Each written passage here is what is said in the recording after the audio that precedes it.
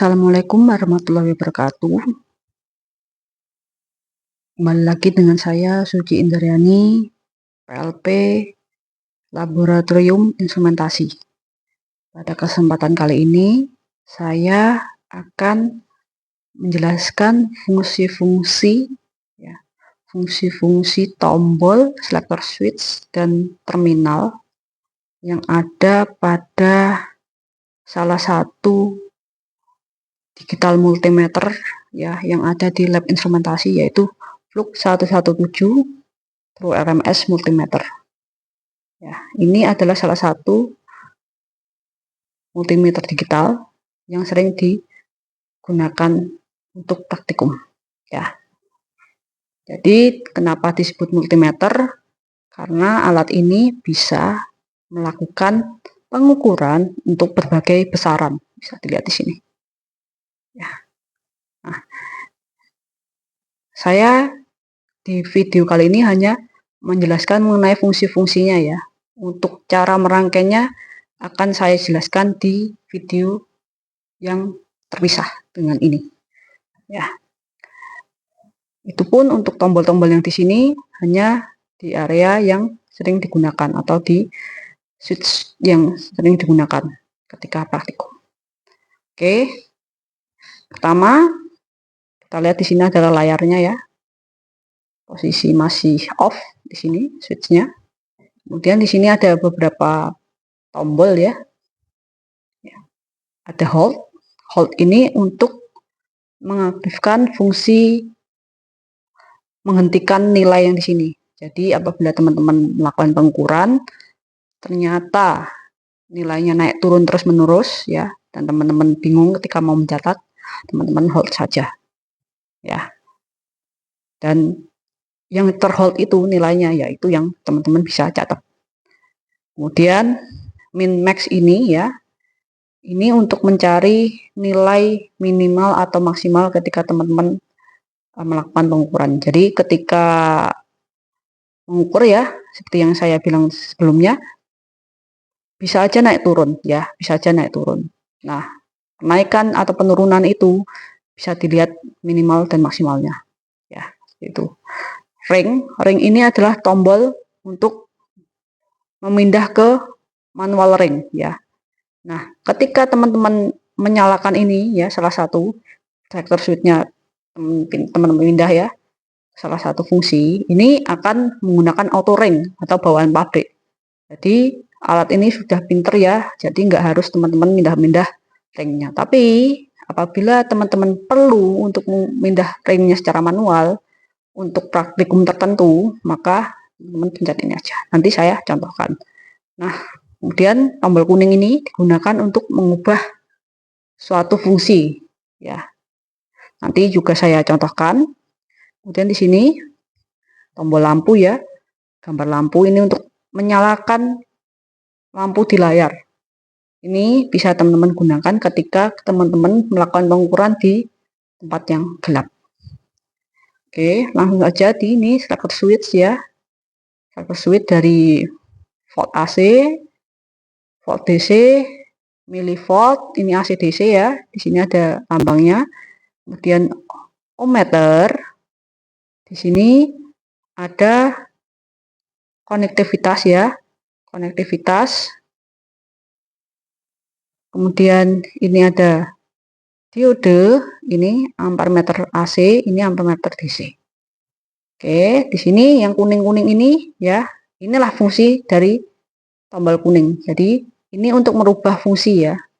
Jadi di sini contoh ini ya, voltmeter AC ada hertz ini, berarti bisa dirubah untuk frekuensi meter. Cara mengubahnya dengan mencet tombol kuning. Selanjutnya kita menuju ke terminal-terminal yang ada di multimeter. Di sini ya ada 3 terminal, hitamnya 1, merah 2. Hitam ini adalah minusnya ya. Jadi tiap alat ukur kelistrikan pasti ada positif negatifnya. Nah, untuk COM ini ya itu adalah negatifnya. Sedangkan positifnya disesuaikan dengan fungsi yang kita gunakan nantinya ya. Ketika teman-teman menggunakan fungsi volt sampai di diode ya, ini teman-teman menggunakan ini sebagai positifnya. Di sini juga terlihat ada lambang-lambangnya sesuai dengan ini. Tapi ketika teman-teman menggunakannya untuk ampere meter, positifnya adalah ini ya. Nah, ketika teman-teman menggunakan arus ya untuk pengukuran arus ampere meter ya, arus maksimal yang bisa diukur adalah di 10 ampere ini ya. Itu pun tidak boleh benar-benar 10 ampere digunakan untuk mengukur ya, di bawahnya lah seperti itu. Karena kalau sudah melebihi 10 ampere, fuse yang ada di dalam, ini kan ada tulisan fuse ya, itu akan putus ya. Maka ketika putus, fungsi ampere meter tidak akan bisa digunakan. Oke, langsung saja kita nyalakan ya. Nah, oke. Sini tampilannya ya langsung berupa angka ya, ini angka ukuran, kemudian ada satuannya di ujung dan jenis gelombangnya AC atau DC. Di sini ada AC dan di sini auto. Auto di sini maksudnya adalah auto ring ya teman-teman, auto ring. Jadi seperti yang saya bilang tadi, akan otomatis memilih sendiri ringnya. Tapi kalau teman-teman memerlukan ring tertentu karena sesuai dengan praktikum tertentu, teman-teman tinggal pencet ini aja. Nah, di sini akan ada tulisan manual. Kemudian di sini ada angka ya, angka 6. Ya, berarti itu adalah ringnya. Ringnya adalah di 6 volt. Begitupun selanjutnya. Nah, gimana cara membalikan untuk auto ring lagi? Teman-teman harus pindah switch dulu dan dikembalikan ke ring atau di fungsi selanjutnya, maaf, di fungsi selanjutnya. Jadi ini akan otomatis jadi auto ring lagi tulisannya di sini seperti itu. Oke, nah di voltmeter ini, voltmeter AC itu ada tulisan hertz ya di sini. Teman-teman bisa mengubahnya untuk menjadi frekuensi meter. Caranya nih, kuning ini pindah. Nah, ini akan berubah jadi ya, ini angkanya, ini satuannya hertz ya, berarti frekuensi AC ya. Ini auto ring. Kemudian di sini VDC ya. Nah, ini bedanya hanya jenis gelombangnya di DC. Kemudian milivolt ya di sini. Nah, milivolt ini bisa untuk AC, bisa untuk DC. Defaultnya di sini adalah di AC. Untuk milivolt DC pindah ke, nah, kuning ini, pencet kuning. Untuk mengembalikan lagi, kuning lagi. AC, DC, balik lagi ke AC. Oke. Ya, selanjutnya ohmmeter ini ya, ini auto ya. Auto seperti ini ya. Nah, kalau ada tulisan overload seperti ini berarti sudah melebihi ring ya. Cuma ini karena belum tersambung apa-apa, ini memang defaultnya seperti ini, tidak masalah. Kemudian ini adalah konektivitas ya.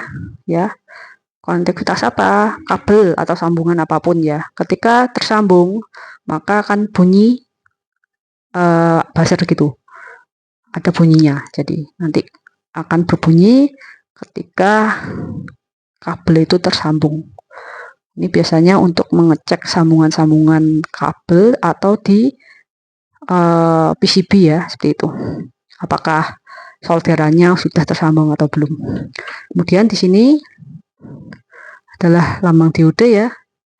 Jadi diode ini nanti anode katodenya di sini nanti ya. Ketika teman-teman tidak terbalik anode katodenya ya, itu di sini akan muncul nilai voltage drop tegangan forwardnya ya. Voltage drop untuk tegangan forwardnya di sini munculnya ya untuk diode ini. Untuk diode ini. Tapi kalau teman-teman kebalik atau diodenya sudah rusak, nggak akan muncul. Atau akan muncul overload seperti ini. Nah, ini juga bisa digunakan untuk mencari nilai kapasitor ya, kapasitansi.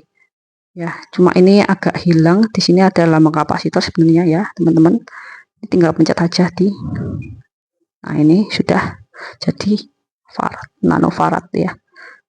Ya, ini adalah satuan untuk kapasitor. Ya, ini sampai sini, sampai diode ini menggunakan terminal 2 ini ya. Terminal negatif, positif.